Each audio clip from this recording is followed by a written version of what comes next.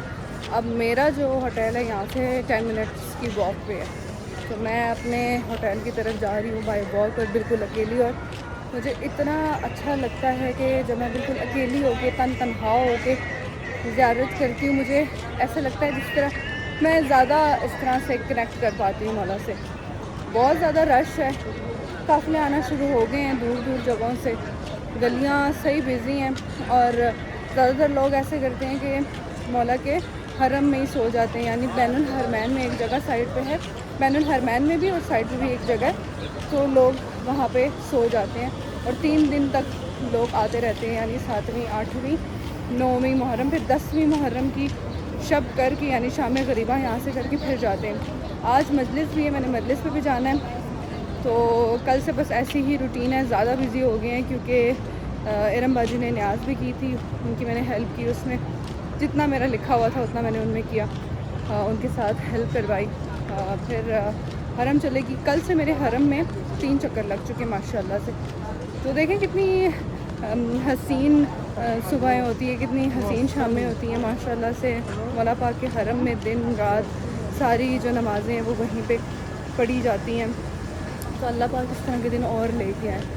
अब मैं जा रही हूँ चलती चलती अपने होटल की तरफ, और मैं रोज़ कहती हूँ कि मैं नाश्ता नहीं करूँगी, लेकिन चलना इतना पड़ता है ना, और इबादत में आई थिंक मुझे ऐसा लगता है ज़्यादा एनर्जी ड्रेन होती है जब आप चल चल के जाते हैं, और फिर इबादत तो चलो करनी पड़ती है और करनी चाहिए।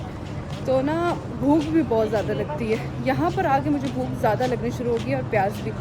बिल्कुल आप मेरे देख सकते हैं लिप्स ड्राई हो चुके हैं, फेस जो है बिल्कुल डल हो चुका है, पता नहीं क्यों। हालांकि मैं खाना भी ठीक खाती हूँ, जूसेस वगैरह भी पीती हूँ और हाइड्रेट भी रहती हूँ, बट स्टिल चले कोई बात नहीं। 10 मुहर्रम 12 मुहर्रम को मेरी वापसी है, 12 मुहर्रम को वापसी करेंगे और बस फिर उसी तरह आम रूटीन शुरू हो जाएगी। रहता तो गम 2 महीने 8 दिन होता है, लेकिन उस तरह से तो नहीं होता जैसे इराक़ में होता है। प्रॉपर ज़ियारत, नमाज़ें, तहज्जुद, कुरान और सारी चीज़ें ना साथ साथ होती हैं। बाकी ये है कि जब मैं वहाँ पे जाऊँगी तो मैनचेस्टर में अज़ादारी होती है, ब्रेडफोर्ड में होती है, तो वो भी साथ साथ कवर करूँगी। और बस मेरा होटल आई थिंक इस चेक पोस्ट के बाद है, तो मैं जाती हूँ होटल और थोड़ा सा फ्रेश होती हूँ। व्लॉग भी एडिट करना है, थैंक गॉड कल मुझे सिम मिल गई फाइनली। तो अब आहिस्ता आहिस्ता मैं व्लॉग्स में आपको मतलब ज़्यादा व्लॉग अपलोड करती रहूँगी। पहले मैं 2-3 दिन का गैप ले लेती थी, लेकिन अब काफ़ी गैप आ गया है व्लॉग्स में, और मैं सोच रही हूँ कि मैं डेली अपलोड करूँ।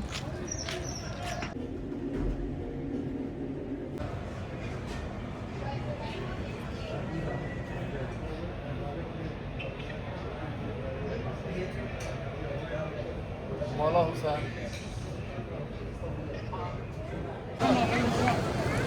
ये वो मकाम है जहाँ पे मौला का बाजू शहीद हुआ था, यानी 2 बाजू अलग अलग मकामों पर शहीद हुए थे। एक ये मकाम है और एक इससे थोड़ा सा आगे है।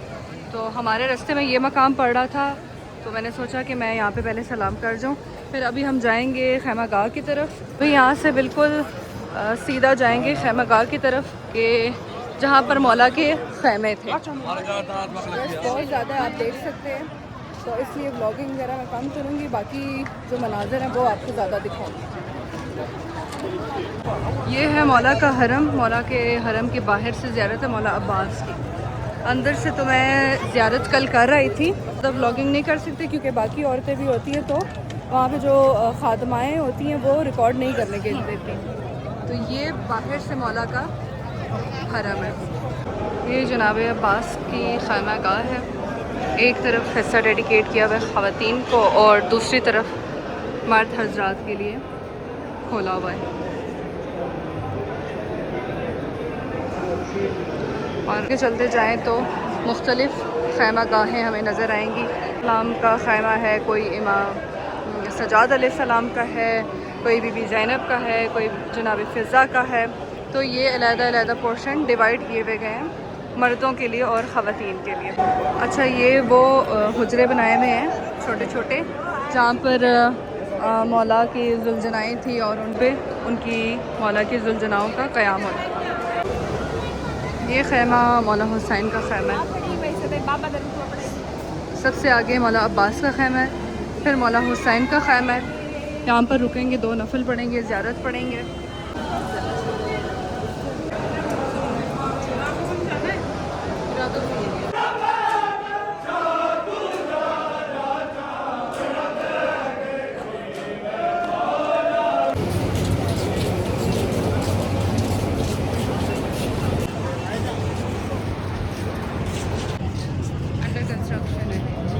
चिल्ला ज़ैनबिया है जो कि अंडर कंस्ट्रक्शन है।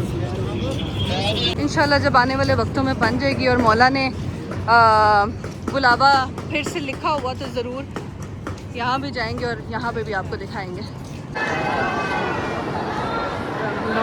सल्लल्लाहु अला मुहम्मद व आले मुहम्मद। ये ज़रिए इमाम हुसैन अलैहिस्सलाम है।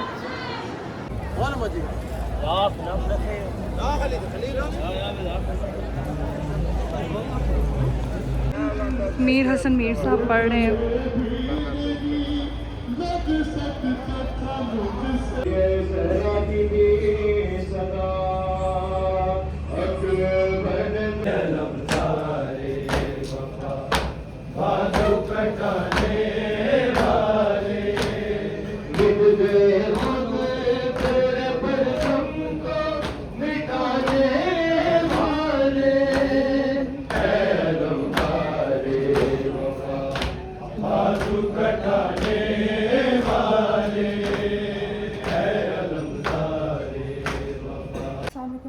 कैसे आप सब गाइस। आज है 8 मुहर्रम का दिन जो कि मखसूस है मौला अब्बास अलैहिस्सलाम की शहादत से। वैसे तो आपको मैं बता चुकी हूँ कि सारी शहादतें 10 हुई थी, लेकिन पढ़ने वाले और सुनने वालों के अंदर इतनी हिम्मत नहीं होती कि एक दिन में ही 72 शहादतें आपको सुनाई जाएं। तो 8 मुहर्रम मखसूस किया गया है ऑल ओवर द वर्ल्ड मौला अब्बास की शहादत को। आज के दिन अलम की बरामदगी होती है, और चूँकि उनके, आपको अगर आपने सुना हो तो शहादत में उनके बयान करते हैं कि उनके बाजू शहीद कर दिए थे लानती मलऊन ने, तो इस वजह से उनका अलम पाक बरामद होते हैं। और मौला गाजी अब्बास ऐसा नहीं था कि वो जंग कर नहीं पाए या कुछ इस तरह की बात थी। मौला अली के फ़र्जंद थे।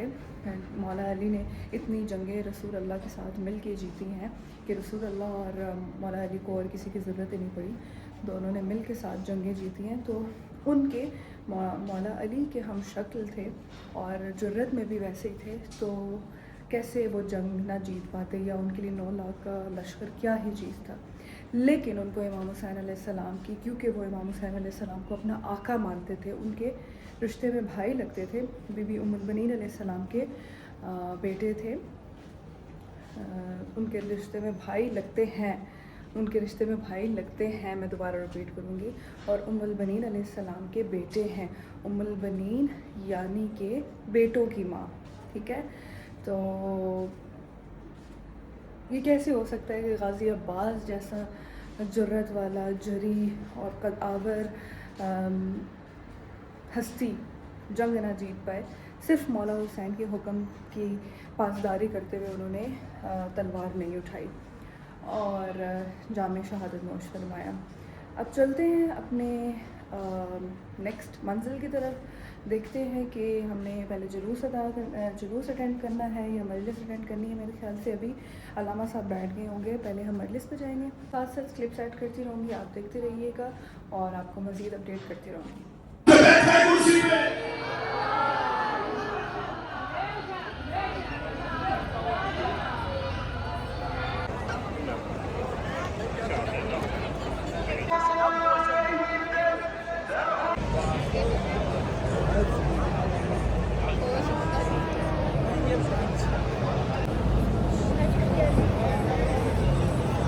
शाह के कांधे पे देखा अली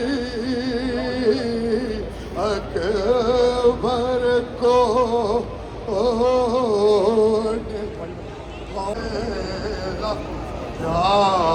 सब हो गया जाना। क्या कहा फिर मौला ने? मुश्किल, अरे मुश्किल है ज़ईफ़ी में। जब इजाज़त नहीं मिल रही होती किसी चीज़ की, किसी बात की, तो यही करते हैं ना हमारे यहाँ लोग, उठो मेरे कदमों से इजाज़त तुम्हें देंगे। अरे अच्छा चलो हम बात अगर मान भी लेंगे। अरे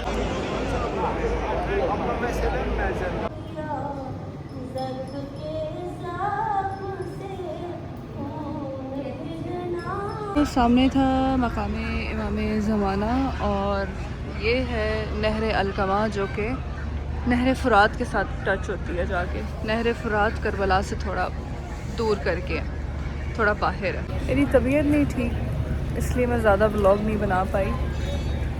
तो बस अभी मकाम इमाम ज़माना गई थी, वहाँ पे थोड़ी देर बैठी, थोड़ी मुनाजात वगैरह की, और अब मैं बाहर आके बैठ गई हूँ।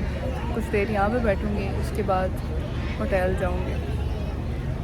रश काफ़ी ज़्यादा है। कल का दिन और 10 मुहर्रम का दिन, 9-10 मुहर्रम का दिन बहुत बिज़ी होता है। उस हवाले से मेरा दिल है कि मैं एक ही व्लॉग में दोनों को कवर कर लूँ। बहरहाल अभी देखते हैं कि इस व्लॉग का एंड कहाँ होगा, क्योंकि मैंने बहुत कम वीडियोस बनाए हैं। मेरी तबीयत भी नहीं ठीक, मैं गई मजलिस सुनने के लिए अलामा साहब की, और मैं वापस चली गई क्योंकि तबीयत बहुत ख़राब थी। फिर मैं दोबारा होटल चली गई और मैंने मेडिसिन खाई, थोड़ी देर मैंने रेस्ट की, उसके बाद मैं निकली। मैंने बैनुल हरमैन में मीर हसन मीर को सुना और उनके बेटे ने भी पढ़ा। तो बस फिर वहाँ से डायरेक्ट मैं यहाँ पे आ गई मकाम इमाम ज़माना पे। बहुत सुकून है यहाँ पर मकाम इमाम ज़माना पे। ये देखें,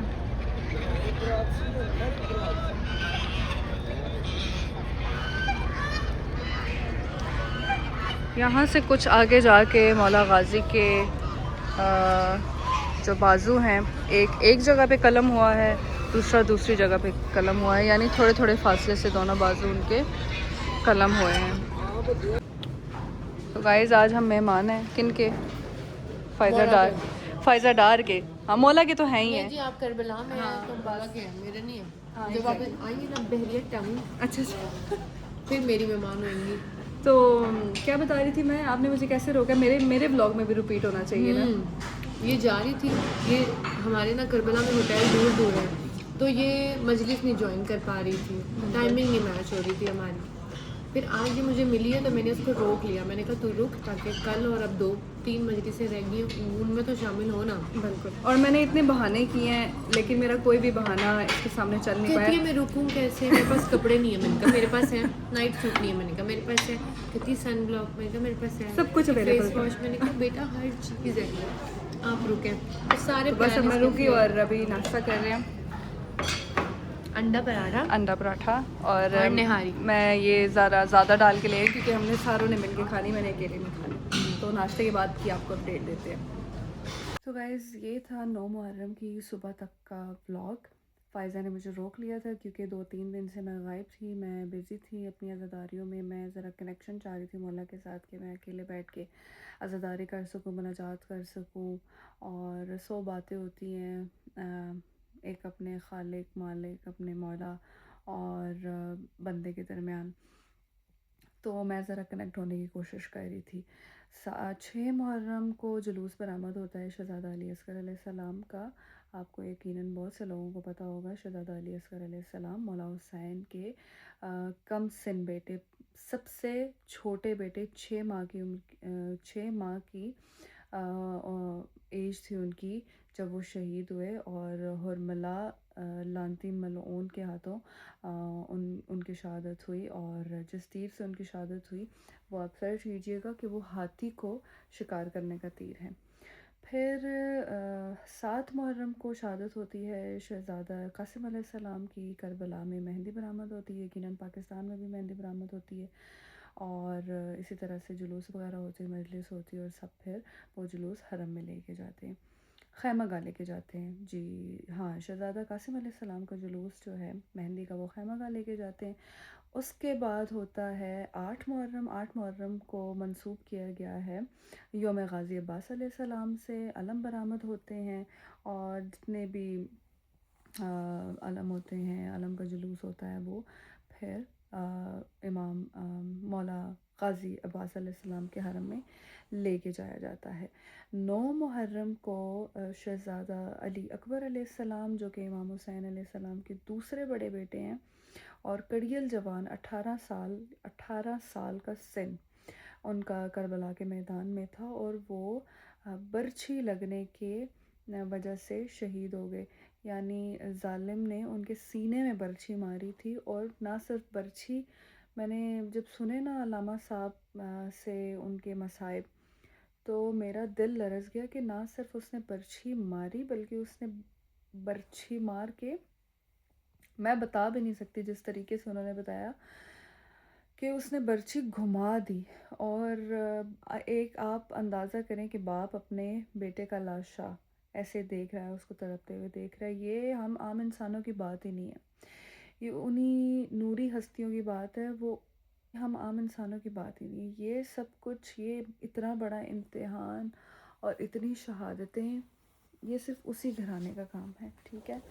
तो हमारे अंदर तो सुनने की सकत नहीं होती कि हम उनके मसाइब सुन सकें, ना हमारे अंदर इतनी सकत है कि हम उनके फ़ज़ाइल सुन सकें, और ना हमारे अंदर इतनी सकत है कि उनके मसाइब सुन सकें। एक मजलिस में मैं सुन रही थी कि बहुत बड़े आलिम थे उस दौर के, तो उन्होंने कहा कि जब मैं मौला अली के फ़ज़ाइल बयान करता हूँ ना, सहरा में जाके तो सहरा के अंदर चिंगारियाँ लगनी शुरू हो जाती हैं। यानी अली और औलाद अली हर किसी के जहन और समातों में समा ही नहीं सकता। ये ज़िक्र कोई इतना छोटा ज़िक्र नहीं है। इसको सुनने के लिए, समझने के लिए, समाने के लिए आपके अंदर बसीरत और बसारत दोनों की ज़रूरत है। तो मारिफत की ज़रूरत है और अल्लाह पाक हर किसी को मारिफत के इज़्न से नहीं नवाजता, वो किसी किसी को नवाजते हैं। अल्हम्दुलिल्लाह हम ज़िक्र अहले बैत करते हैं और ज़िक्र अहले बैत सुनते हैं, समझते हैं और ऐसे घरानों में पैदा हुए हैं कि हमें अहले बैत अलैहिस्सलाम से मोहब्बत है और ये बहुत बड़े इज़्न की बात है, बहुत बड़े फ़ख्र की बात है। तो 9 मुहर्रम तक का ये व्लॉग था, सुबह तक का। फ़ायज़ा ने मुझे ज़बरदस्ती अपने पास रोक लिया, मैंने बड़े बहाने किए, फ़ायज़ा ने आपको अपने व्लॉग में भी बताया होगा। क्योंकि मेरी रूटीन ऐसी थी ना कि मैं पूरी रात जागती थी और मैं फिर अगले दिन सोती थी और फिर मैं शाम को निकलती थी और गर्मी भी इतनी ज़्यादा थी कि मुझे मुनासिब शाम को ही लगता था और दिन को जो एक्टिविटीज़ होती थी वो फिर मैं नहीं कैप्चर कर पाती थी। इसी तरह फिर मैंने 2-3 मजालिस मिस कर दी जो कि फ़ायज़ा और उनके साथ लोग थे वो मिल के करवा रहे थे। तो फिर क्या हुआ कि 9 मुहर्रम की रात को मैं 2-4 ही घंटे थे हमारे पास, हमने अगले दिन 12 बजे उठना था तो फिर हम उठ गए और मजलिस पे गए। तो वो जो 9 मुहर्रम का व्लॉग है वो आप नेक्स्ट देखेंगे। अभी तक का व्लॉग आई होप आपको अच्छा लगा होगा और इंशाल्लाह मिलते हैं आपसे नेक्स्ट व्लॉग में। टिल देन टेक केयर, अल्लाह हाफ़िज़।